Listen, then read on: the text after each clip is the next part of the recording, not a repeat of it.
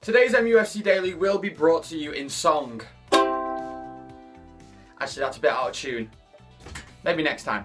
Let's get on with it. How's it going, guys? It's Gaz here for MUFC Daily on Full Time Devils, bringing you all the latest Manchester United news and Manchester United fan community news. Only one place we can start then today after last night's 0-0 draw. I'm sick of saying that. 0-0 draw against Chelsea. Now, it was a bit of an improvement. I think a lot of United fans agree on that. It was a massive improvement, I think, especially the first half. And we were very unlucky not to win. Now, Louis van Gaal has come out and basically said that there's no reason for him to resign now. Very different to what he said after the Stoke game. I have a feeling he would have said something very different if we lost the game last night as well. I think he may even have resigned. But he's come out and said that there now is no reason for him to resign. So that tells me that he's got a lot of confidence that he can turn this round. And like I said in my fan cam last night, if he can carry on playing like he did last night, then I am confident we will turn it around. However, I am not confident that he will carry on playing like that. I think it might go back to normal in the weekend. But if we carry on like that, then bring it on. You never know what we could achieve this season. I'll be very happy with that. Now, onto a downside of yesterday's game. Mourinho scarves.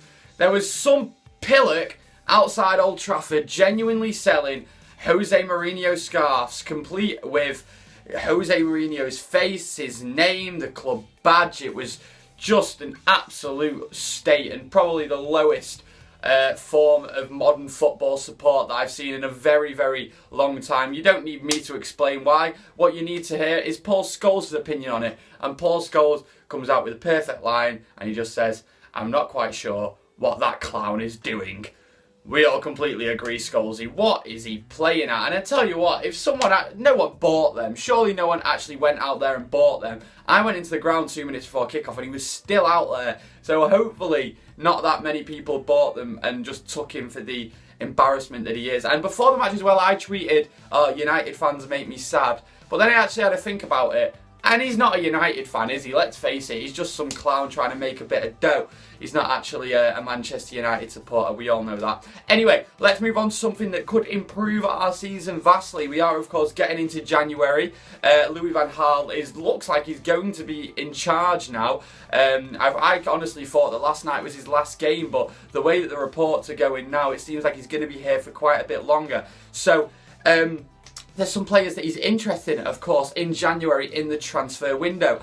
Felipe Anderson is a name that just keeps popping up here and there. He plays for Lazio. He'd cost us 45 million, but he is that fast, speedy midfielder and winger that we so desperately need. He can play on the left, and he seems like he could be everything that Memphis hasn't been. I'm not doubting that Memphis is going to be good, but let's face it, at the minute, he's not been fantastic, and Felipe Anderson looks a real talent, and if we're willing to meet that 45 million criteria, I'm all for it. Bring him in. I think we need to make some big signings in January, and hopefully we can do.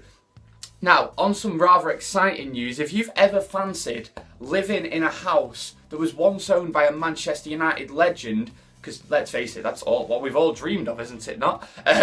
Then you now can, because 11 ex-Manchester United players have put their houses in Cheshire for sale. So you could be living in the same house as club legends did, like Rio Ferdinand, like Nemanja Vidic, like Anderson and Nani, and Tevez. But anyway, the really good houses, you could actually live in them now. They're up for sale.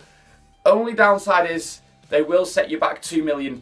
So, you know, only if you can't stretch that far, then maybe you couldn't do it. But yeah, they're up for sale. If anyone fancies it, Gaz the estate agent here today. Anyway, guys, I'm getting off now. I'll be back on MUFC Daily tomorrow. I'm Gaz on Full Time Devils, MUFC Daily. See you in a bit.